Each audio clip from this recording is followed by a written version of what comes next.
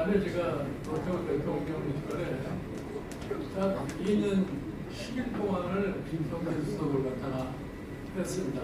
그래가지고 노태우 대통령의 경제정책의 일반적인 그 방향 자체가 제가 운영했던 경제정책과 차이가 없기 때문에 제가 원하는 이 노태우 대통령 시절의 경제정책에서 그러면 경제민주화라고 하는 단어 자체를 갖다가 헌법에 포함시키게 한 장본인으로서 그러면 그때는 무엇을 가지고 경제민주화를 하느냐 하는 이런 회의를 가지신 분들이 계실 겁니다. 제가 87년 개헌TV의 경제문과 위원장을 제가 맡으면서 경제조항 전반을 제가 검토를 했습니다. 그래서 왜 하필 경제조항에다가 경제민주화라는 말을 집어였느냐. 여러분들은 무심코 사실인지 모르겠습니다만 우리나라가 경제발전하는 과정 속에서 또 이 정치가 민주화하는 과정 속을 냉정하게 들여다볼 거고 있으면 초기에 1970년대 우리가 한참 경제 개발을 할 당시에는 우리나라 정치 세력이 굉장히 무서웠습니다. 그렇기 때문에 경제 세력들이 정치 세력에 감히 어떤 자기네들의 주장을 함부로 하지를 못했는데 이게 점차적으로 경제 세력이 힘이 세지기 시작하니까 이 사람들이 좀 정치 세력을 좀 얕보는 그런 분위기를 줬습니다. 그건 제가 현장에서 확인한 바입니다. 제가 1975년도에 박정희 대통령에게 이런 말씀을 드린 적이 있어요. 지금은 박정희 대통령이 굉장히 강력하신 분이라고 생각할지 모르지만 우리나라 경제가 조금 더 발전할 것 같으면 경제 세력이 정치 세력을 보이지 않게 능가하는 그런 시기가 올 겁니다.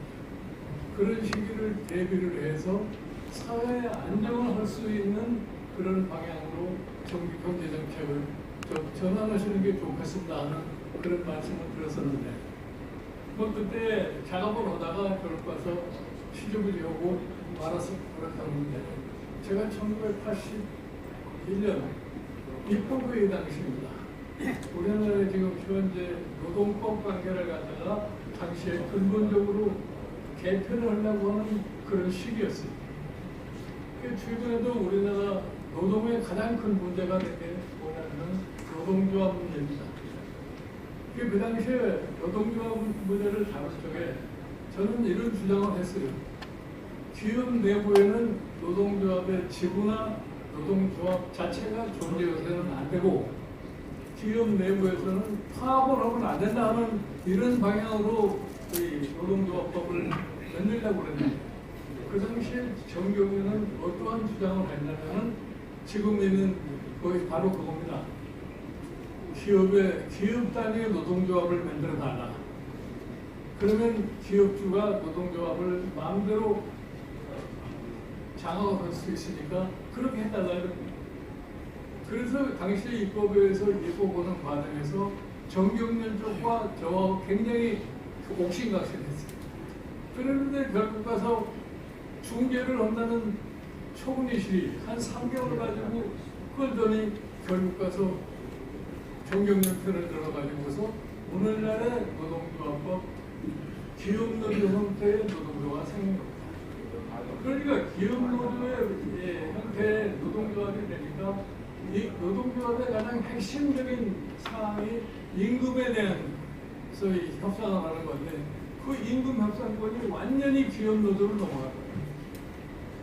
그러니까 기업노조에서 임금 협상이 벌어지게 되니까 오늘날 소위 우리나라의 임금의 격차가 지나쳤죠. 조금 큰 기업에 종사하는 사람들은 임금이 높고 작은 기업에 종사하는 사람은 임금이 현저. 우리나라에 지금 300인 이상 기업에 종사하는 사람들이 한 17%가 돼요. 그리고 300인 이하의 기업에 종사하는 사람이 84%인데 이 사람들의 임금의 격차가 거의 배가꽤 납니다. 또 임금의 인상률도 매년 한 배씩 차이가 나요. 이것이 우리나라의 양극화를 가져오는 결정적인 요인을 만들어준 겁니다. 그러나 이거를 어떻게 고치려고 그러냐. 지금 현재 정부가 무슨 노동개혁을 한다고 그러는데 무엇을 개혁을 하려고 하는지 기본 방향이 보질 않아요. 그때 제가 느낀 게 뭐냐. 기업의 힘이 그만큼 세졌기 때문에 정부가 정리한답시고서 들어가서 기업 편들고 말아버린 거다. 그래서 제가 87년 헌법 개정을 한 적에 경제문화위원장으로서 헌법의 전제 경제조항들을 살펴보니까 조항들은 그럴듯하게 돼 있어요. 우리나라 헌법 23조를 보고 보면 우리나라 경제에 관한 사항이 거기에 다 들어있습니다. 근데 그게 애매모호하게 돼가지고서 그거를 거기에 따라서 무엇을 가지고 왔다면 항상 쟁의가 붙게 돼 있어요. 그래서 제가 이거를 분명하게 보니까 이래하면 안 되겠다 하고 생각해서 경제민주화 조항을 갖다가 꼭 헌법에다 집어야겠다고 생각을 했는데 제가 경제민주화위원장이 됐다고 그러니까 정경련이 난리가 났어요. 왜냐, 저 사람이 헌법에다가 무슨 조항을 만들어둘지를 모르니까 저를 하여튼 어떤 형태로든지 좀 곤란하게 만들어야 되겠다 해서 제가 정경련하고 한번 저 강원도 속초에 가서 세미나를 한 적이 있어요. 그 세미나를 하면서 제가 그 설명을 했어요. 자본주의 사회라고 하는 것이 다 똑같은 것이 아니냐. 모든 나라가 자본주의를 한다고 하지만 각 나라의 특성에 따라서 자본주의는 형태가 다 다른 거단 말이에요. 그래서 한참 거기서 이제 논쟁을 끝나고 났더니 당시 정경련 회장께서 날 보고 뭐라고 얘기를 하냐면은 당신이 진짜 그런 생각을 가지고 있는데 자기가 좀 오해를 하게 했다고 하는 식으로 그런 얘기를 하고서 제가 돌아온 적이 있어요. 그래가지고서 이 헌법의 경제민주화 조항을 집어넣는 과정이 굉장히 순탄치 않았습니다. 여러분은 잘 모르시겠습니다만 2차 전쟁이 끝나고 포스단 협정을 보고는 포스단 협정에 앞으로 전후에 있어서의 경제 문제를 어떻게 다루느냐 하는 항목이 있습니다. 독과점의 해체입니다. 그 당시에 승전국의 미국이 자기 나라의 엔티트러스트 론이 이런 쇼만 론이 이런 거를 집중으로 해가지고 독과점의 해체, 토지의 분할입니다. 이제 거기에 입각해서 패전국인 독일, 일본 이런 나라들에서 재벌이 해체가 되고 농지가 개혁이 되고 아마 그 여파로다가 사실은 우리나라의 농지 개혁이라는 것도 저는 소위 이루어졌다고 그렇게 생각합니다. 그렇게 해서 그거를 하려면은 굉장히 기업들의 저항이 심해질 수밖에 없습니다. 그 심한 거를 어떻게 방지를 하느냐. 그러면 헌법에 확실한 명문 규정이 없이는 그거를 막기가 굉장히 제가 이제 그 경제조항을 국회에서 현안을 해가지고서 정부한테 대통령한테 보고로 갔더니 전당대표께서 다른 거는 다 지나갔는데 뭐라고 얘기를 하시냐면 그 경제조항을 빼라 이런 경제민주화 조항을. 그래서 제가 그 경제민주화 조항이 왜 들어가야 되는지를 아십니까? 하고서 설명을 했어요. 그 쉽게 설명하기 위해서 얘기한 것이 뭐냐면은 제가 1935년도 미국의 프랭클린 루스벨트가 소셜 액트를 정할 적에 그때 상당 부분의 소위 소셜 액트가 미국 대법원에 가가지고서 유언 판결을 갖다가 받게 됩니다. 그게 대표적인 게 뭐냐면 미국의 건강보험제도가 그때 도입이 되도록 입법을 했는데 결국 가서 그것이 유언 판결을 받아가지고서 실시를 못해가지고 오늘날 미국의 건강보험 문제가 아주 복잡하게 해결되지 못하고 매번 대통령 선거 때 얘기를 해봐야 아직까지도 뾰족한 수가 나오지 못하고 있습니다. 그런 것을 방지하기 위해서 경제민주화 조항이 필요합니다. 그러니까 정당 대통령께서 납득을 하시고 그러면 그런 방향으로 가야지. 그렇게 해서 사실은 지금 우리 헌법의 경제민주화 조항이라는 것이 자리를 갖게 된 그런 계기였습니다. 그러니까 그 이후로도 내가 들어보면은 어떻게든지 개헌이 될 때가 될 것 같으면 경제민주화 조항을 갖다가 빼버리게 하자 하는 것이 지금도 우리 경제 쪽의 사람들의 아주 일관된 얘기라고 저는 생각하고 있습니다. 심지어 저도 소속돼 있었고 얼마 전까지도 제가 그 당에 가서 관여를 했음에도 불구하고 그 당에도 상당수의 사람도 경제민주화 조항이라는 것이 무슨 뜻인지도 모르고 그걸 맹목적으로 빼야 된다고 얘기하는 사람이 많아요. 심지어 경제민주화 조항을 얘기하면 저 사람 사회주의자 혹은 공산주의자가 아니냐는 그렇게 얘기하는 사람도 있습니다. 그런데 저는 이 정치의 민주주의를 하려면 경제의 상당 부분이 민주화되지 하지 않고서는 양립을 할 수 없다는 것이 오늘 안정된 자본주의 사회의 하나의 증거로 나타나고 있는 겁니다. 그래서 제가 노태우 대통령 2년 차에 제가 경제수석을 맡았는데 그때 가장 심각했던 싸움이 뭐냐면 부동산 투기입니다. 특히 토지 투기, 아파트 투기. 그래가지고 자살하는 사람 나타나고 그 당시에 투기가 지난 2022년 문재인 정부 시절에 부동산 투기보다 더 심했습니다. 그래서 제가 들어가자마자 대통령께 건의를 해가지고서 이거는 일상적인 경제정책 가지고는 절대로 이걸 투기를 중단을 시킬 수가 없습니다. 예를 들어서 부동산 투기를 잡아라 이렇게 얘기하면은 정부는 형식을 맞춰야 되니까 하는 것이 만나는 국세청 동원해서 자 세무조사하고 이것이 부동산 또 세율 올리고 이것이 부동산 투기를 갖다 잡는 걸로 되어 있습니다. 그러나 이 세금으로다가 부동산 투기를 잡는다는 것은 그건 마찬 거짓말입니다. 세금으로 부동산 투기를 잡으려고 할 것 같으면 부동산 가격은 자꾸 더 올라가게 됩니다. 그것이 지난번 문재인 정부의 실책으로 드러납니다. 그래서 언론 수 없이 제가 이제는 경제 주체의 행위에 영향을 미쳐가지고서 또는 정책의 효과를 보지 못하면 정부가 여기에 대해서 직접적인 개입을 할 수밖에 없습니다.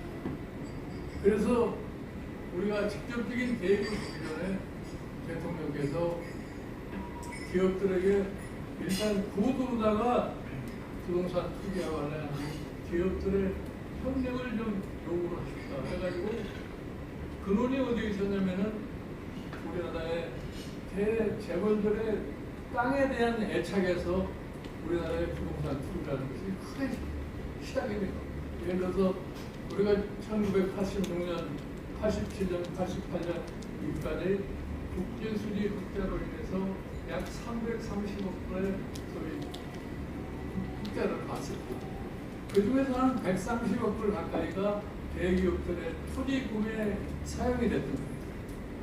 그러니까 부동산 값이 처음에는 큰 사람들이 하다 보니까 쫄맹이 그거까지 따라가가지고서 부동산 투기가 많이 되고 그렇게 해서 그분들 5개 재벌을 총수를 초청을 해가지고서 이 부동산 투기가 재벌이 땅을 상으로 인해서 발생했다는 그런 소리를 듣지 않기 위해서 당신네들이 좀 협력을 해라.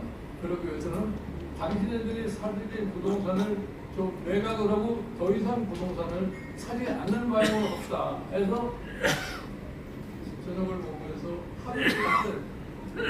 그런데 이분들이 나와가지고서 한 일주일이 지나도록 아무런 반응을 보이진 않는 거예요. 아무런 반응을 보이진 않고 내가 당시에 국무총리였던 강영원 총리께 대통령이 일주일 전에 이런 말씀을 하셨는데 이 사람들이 전혀 반응을 보이지 않으니까 총리께서 한번 다시 리마인드를 시켜주십시오. 이렇게 얘기했더니 총리가 뭐 즐거이 하겠다고 해서 총리 맡아가지고서 한 일주일이 지났는데 총리께서 저한테 전화하는 게 뭐라는 여보 총리는 힘이 없나 봐 이렇게 말씀을 했어요.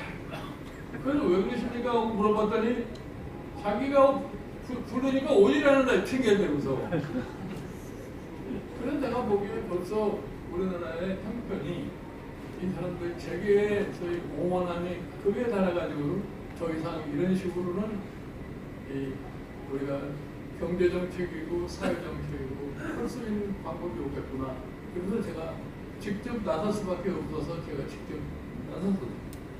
제가 그런 얘기를 했어요. 당신네들이 지금 이 정부를 어떤 식으로 생각하는지 모르지만 우리가 지금 남은 임기 적당히 지나고 남은 동안이니까 우리 그렇게 지나가잖아요. 그렇지 않고도 당신이 이런 식으로 행동을 할 수는 없지 않겠느냐 이렇게 얘기를 했더니 제가 직접 총수들한테 얘기한 게 아니고 총수들이 데리고 있는 기조실 장관을 불러다 얘기를 했어요. 그래서 그런 얘기를 했어요. 당신 총수들한테 가서 지금부터 원칙대로 하자.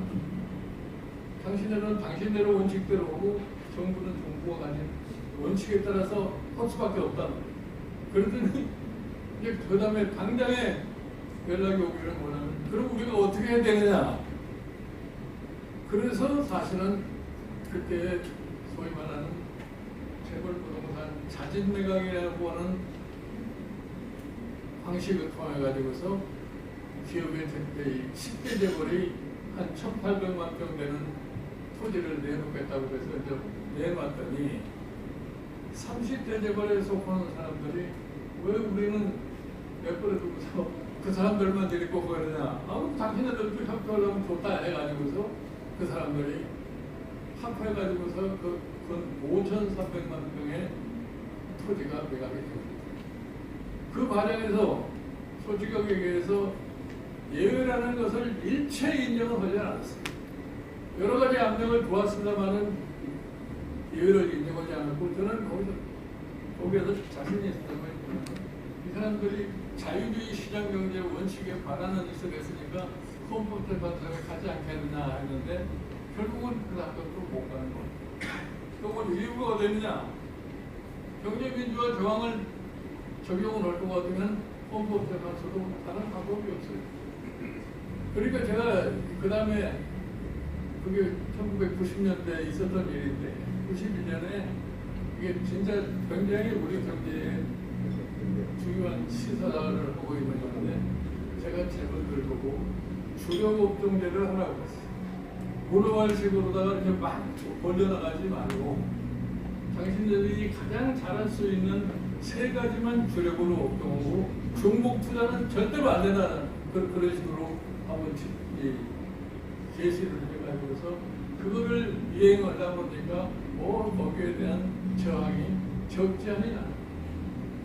그리고 어쩔 수 없이 따라오는 척 했는데 그러고 나서 이 주력업종제를 하려고 그러니까 좀 제도적인 조치를 갖다 취하지 않을 수가 없어요.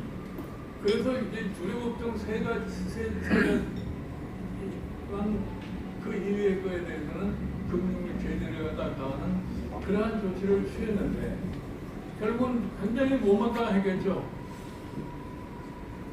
그러니 결국은 그게 이제 자기네들은 어떻게 해서 그런 조치를 하려고 그러는지 모르겠지만 저는 전화단들 그 생각이 있어서 그렇게 그런데 결국은 1993년 그 다음 정권이 돌아가지고서 엉뚱한 짓을 또 한 겁니다.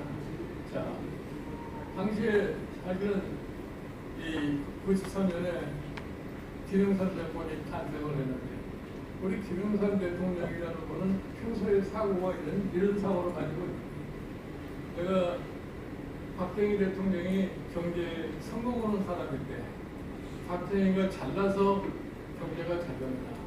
결국은 유능한 경제 관료들이 했기 때문에 됐다는 이런 사고를 가지고 있습니다. 그러니까 자기도 대통령이 되면 그런 식으로 경제를 일으킬 수 있다고는 그런 이상한 생각을 하시는 거예요. 이분이 거기서 착각하는 게 뭐냐면 60년대, 70년대 경제와 90년대 경제가 달라졌다고 하는 데한 개념이 없는 거예요. 그러니까 또 우리 단순한 경제 관료들께서는 뭐라고 얘기하냐면 그렇게 하시려면 재벌을 동원해야 됩니다. 이렇게 된 거예요. 그러니까 재벌들에게 그동안에 내려졌던 재반 조치들을 전부 다 해제해버려요. 그러니까 결국 가서 은행이 마음대로 기업들이 큰 그 재벌 기업들이 은행에서 돈 갖다 쓸 수 있고 돈을 많이 빌려다 쓸 수 있으니까 과잉 부채를 갖다 할 수밖에 없고 또 투자를 마음대로 하라고 하니까 과잉 투자할 수밖에 없고 그런 결과가 결국은 중복 투자로 나타난다.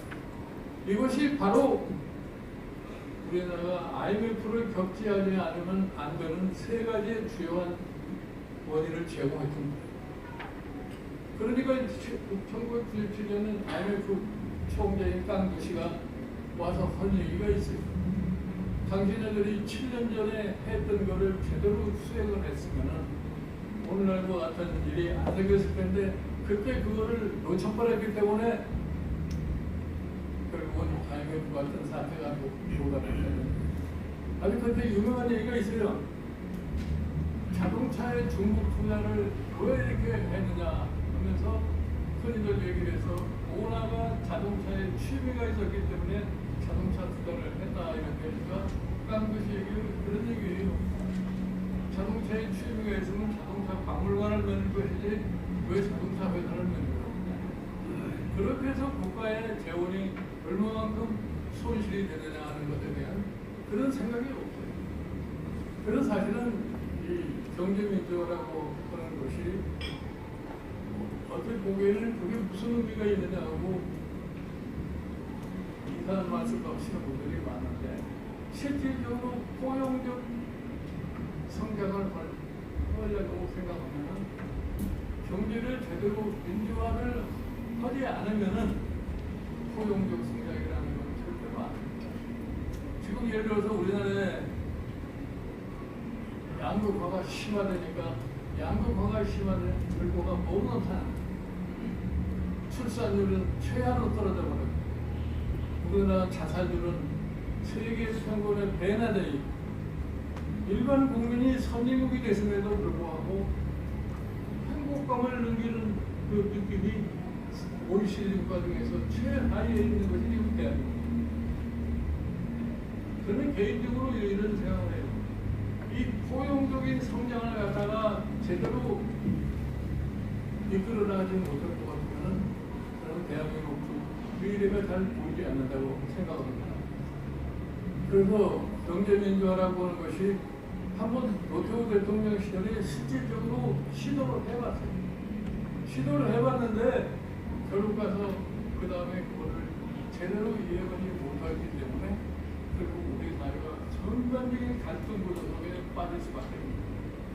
여러분들 솔직히 얘기해서 지금 와서 보면은 지금 우리 대재벌 예를 들어서 5위 1위에서부터 5위에 가는 사람들 그 당시만 해도 지금 그 사람들이 돈이고 있는 계열기업이 한 4, 50개 그 다음에 한 지금 100개가 넘는 계열기업을 거느리고 있습니다. 그러니까 이 사람들의 이 힘을 채울 수 있는 방법이 없습니다. 여러분들 지금 미국의 자본주의라고 하는 나라는 세계의 자본주의의 표상이라고 하지만 미국이 아무런 중간에 조치가 없이 오늘날 가장 세계를 이끌어가는 자본주의가로 발전한 게 아닙니다. 1880년도에 미국의 소위 말하는 진보라고 하는 것이 정치적으로 나타나기 시작을 했고 1990년에 대통령이 된 테오도르 루스벨트가 막강하게 쇼만로와 안티트러스트로를 활동을 해가지고서 미국의 국가정을 해체하고 미국의 국가정을 해체함으로 인해서 기업의 자세의 전환을 가져옵니다. 미국의 흔히 얘기해서 미국의 소위 기업인들 파운데이션을 만들고 자선사업을 만드는 게 그 사람들이 자발적으로 했던 게 아니에요. 테오도르 루스벨트가 전 기업을 갖다가 법정에 세워가지고서 법에 심판을 받게 되니까 그거를 피하기 위해서 그거를 보고서 터득을 하고 예를 들어서 카네기 같은 철강하면 카네기 같은 자기 전 재산을 갖다가 사회에 하나하고 무슨 록펠러 재단이니 뭐 각종 재단이 드러나고 미국의 대학의 재원이 풍부하게 흘러가지고 있는 것이 그런 과정을 거쳐서 그러니까 정부가 오늘날 자본주의 사회라고 하는 것이 안정적으로 제대로 유지하고 발전했습니다. 정부의 역할이 엄청나게 컸 수밖에 없어요. 그래서 최근에 와서 그걸 얘기하게 돼요. 우리가 뭐 지금 미국의 실리콘밸리를 얘기를 하면서 미국의 기업들의 창의력으로 그거에 힘을 들었다. 이렇게 얘기하면 단순한 미국의 창의력 때문에 만드는 게 아닙니다. 소련의 스푸트니크가 올라가니까 미국이 당황해가지고서 소위 말하는 디펜스 어드밴스 프로젝트 에이전시라고 하는 연수프로 에이전시라는 걸, 달파라는 걸 만들어가지고서 거기에서 사실은 이 연구를 시작하게 됐고, 그 연구의 결과가 결국 가서 산업으로 연결되는 겁니다. 여러분들 지금 요새 사용하고 계시는 우리가 지금 무슨 뭐 이메일이니 뭐 인터넷이 이것이 전부 우리 국방상에서 소련에 대한 방위를 하기 위해서 90년대 말에 다 이미 돼 있던 거예요. 그거를 이제 냉전 체제가 해소되면서 미국이 상업화로 돌려줬기 때문에 오늘날 사실은 실리콘밸리가 그것이 탄생합니다. 이게 반도체도 똑같은 거예요. 케네디 대통령이 62년에 문샷이라는 프로그램을 안 만들었을 것 같아요. 아마 오늘날 반도체 산업이 이렇게 빨리 발전했어요. 어쨌든 그러니까 예를 들어서 우리가 흔히 얘기해서 정부는 시장에 절대 개입을 하면 안 된다. 나는 이런 사실 옛날 18세기, 17세기나 못하는 말들을 아직도 하는 사람들 보면 너무너무 한심하다 이렇게 느껴집니다. 그런데 여기에서 지금 당황하고 있는 것이 뭐냐? 지금 미국 사회가 굉장히 거기도 양극화를 벌어지고 있습니다. 왜 양극화가 벌어졌다고 했냐? 이제는 포용적 성장이 불가능한 사회로 되어버린 겁니다. 지난번에 우리가 2007년, 2008년 소위 미국의 금융위기에서 느낀 것처럼 결국은 빌립빈 고위비 사회가 되다 보니까 결국은 미국도 오늘날 갈등 구조가 생겨날 수밖에 없고 미국 국민이 지금 양극화 현상으로 가다져 있고 정치가 그러니까 가다져 있고 왜 그걸 못하냐고 물어봤더니 이런 얘기를 해요. 그거를 제도적으로 장치를 나갔다면 의회가 시장이 잘못되는 걸 갖다가 수정해 나가야 되는데 과거에는 그게 가능했는데 지금은 그게 불가능하다. 왜 불가능하냐? 미국 의회 정치자금의 70%가 월가에서 나온다. 그러니까 그 로비 때문에 우리 국회가 그와 같은 옛날과 같은 기능을 볼 수가 없으니까 미국 사회가 점점 더 강박하게 늘어졌다고 생각합니다.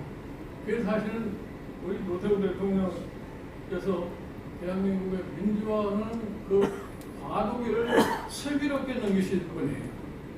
예를 들어서 지금 노태우 대통령 시절에 아마 우리나라에 노사공주가 아마 가장 많았을 겁니다.